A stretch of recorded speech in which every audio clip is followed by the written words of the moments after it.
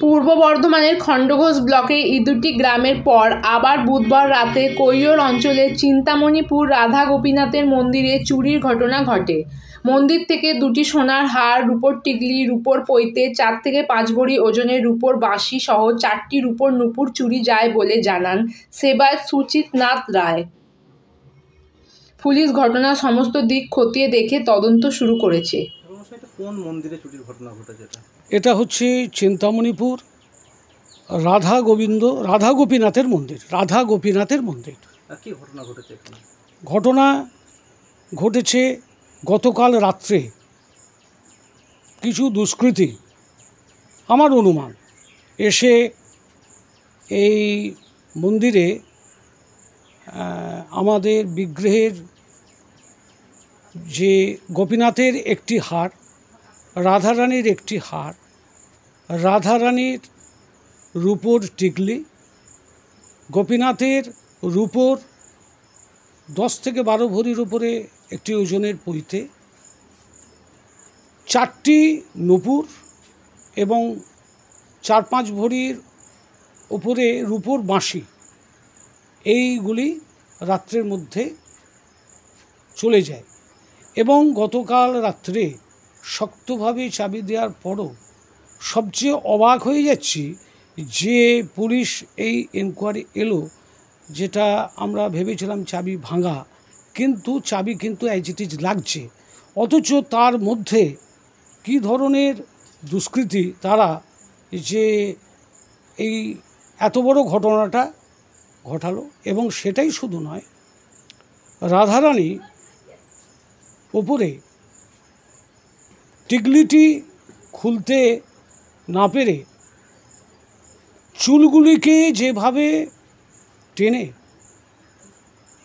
যেভাবে করা হয়েছে এবং হাতের বালা খুলতে যেয়ে রাধারানীর, আমার তো দারু বিগ্রহ, সেই দারু পর্যন্ত ঘষা গেছে।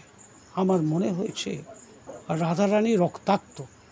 কিভাবে জানতে পারলেন যে চুরির ঘটনা ঘটেছে? সকালে আমি নিত্য বাল্যভোগ দিই, যখন 5:30 বাজে তখন আমি মন্দিরে ঢুকেছি। মন্দিরে ঢুকে দেখছি রাধারানীর চুল উস্কো খুস্কো, বাঁশি তো খুলে রেখে শোয়ানো হয়, বাঁশির মানে খোঁজ করাতে আমি দেখছি বাঁশি নেই। তারপরে দেখছি সোনার হার নেই, একটা অলংকার যা ছিল একটাও নাই। গতকাল রাত্রে মন্দির কখন বন্ধ করেছিলেন? সন্ধ্যে 7:10। তারপরে কি বা আর কাউকে এদিকে ঘোরাফেরা করতে দেখেছেন? সন্দেহ হচ্ছে এমন কোনো ব্যক্তি?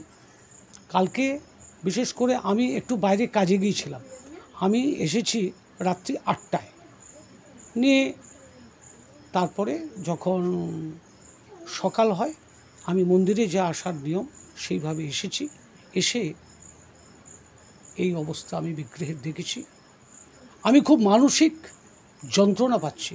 কি মনে করছেন, কে বা কারা এই কাজ ঘটাতে পারেন, কিছু মনে করতে পারছেন? দেখুন, যারাই করুক তার তো দুষ্কৃতী, চোর। তা এখন অনুমানের ওপরে তো সবটা বলা যায় না। আমরা চাই উপযুক্ত চোরকে ধরে তার শাস্তি। পুলিশ এসেছিল, পুলিশ ইনকোয়ারি করে গেল। পুলিশ বলেছেন সর্বরকমের সহযোগিতা করবেন, থানায় একটি লিখিত কমপ্লেন দিতে হবে, তারপরে ওনাদের যা করণীয় ওনারা যথাযথভাবে চেষ্টা করবেন। আপনার নাম আর পরিচয়? নাম হচ্ছে সুচিত্রনাথ রায়।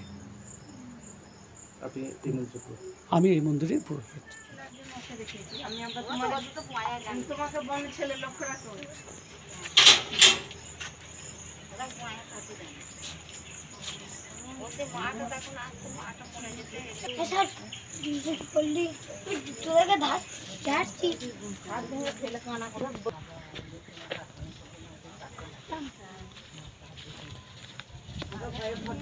অনলাইন করলে